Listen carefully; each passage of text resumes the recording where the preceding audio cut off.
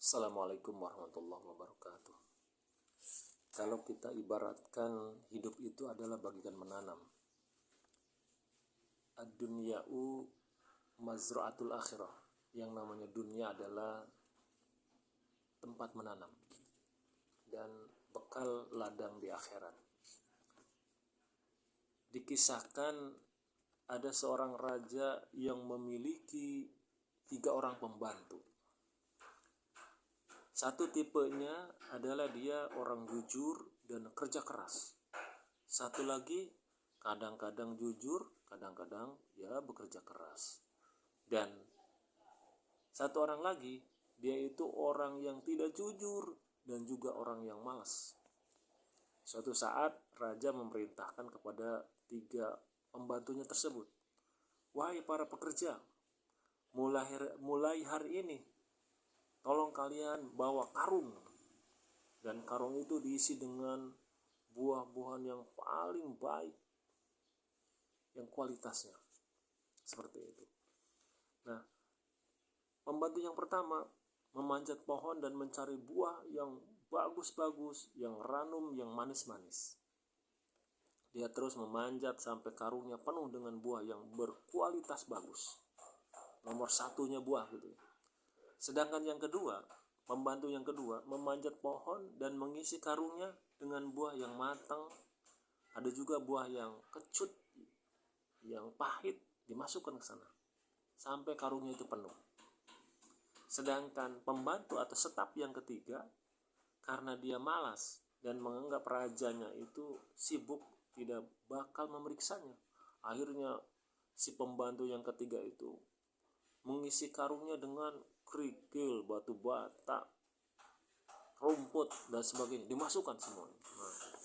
Akhirnya sampailah pada batas yang telah ditentukan untuk dikumpulkan ketiga karungnya itu.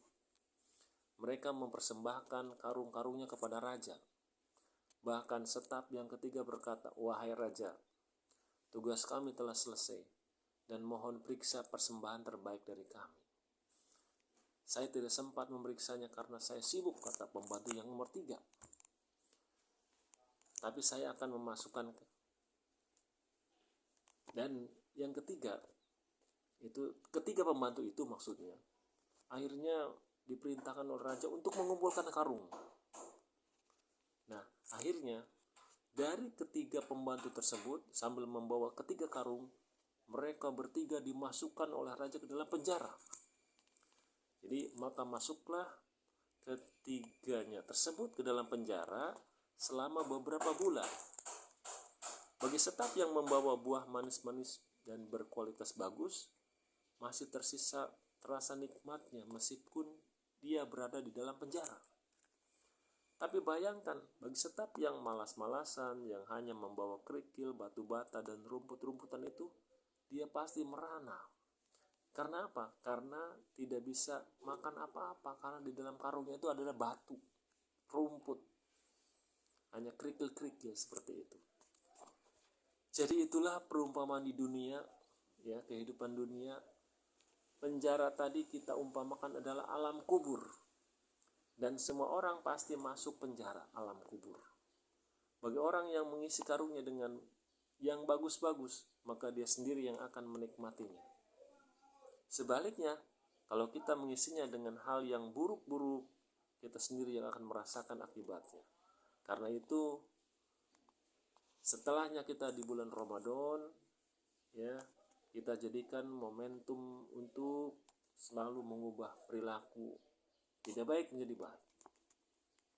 Ya, mengisi karung-karung kita dengan kebaikan-kebaikan. Karenanya barang siapa yang mengerjakan kebajikan, sejatinya akan kembali kepada dirinya sendiri. Dan barang siapa yang melakukan keburukan, maka akan kembali kepada dirinya sendiri. Demikian. Assalamualaikum warahmatullahi wabarakatuh.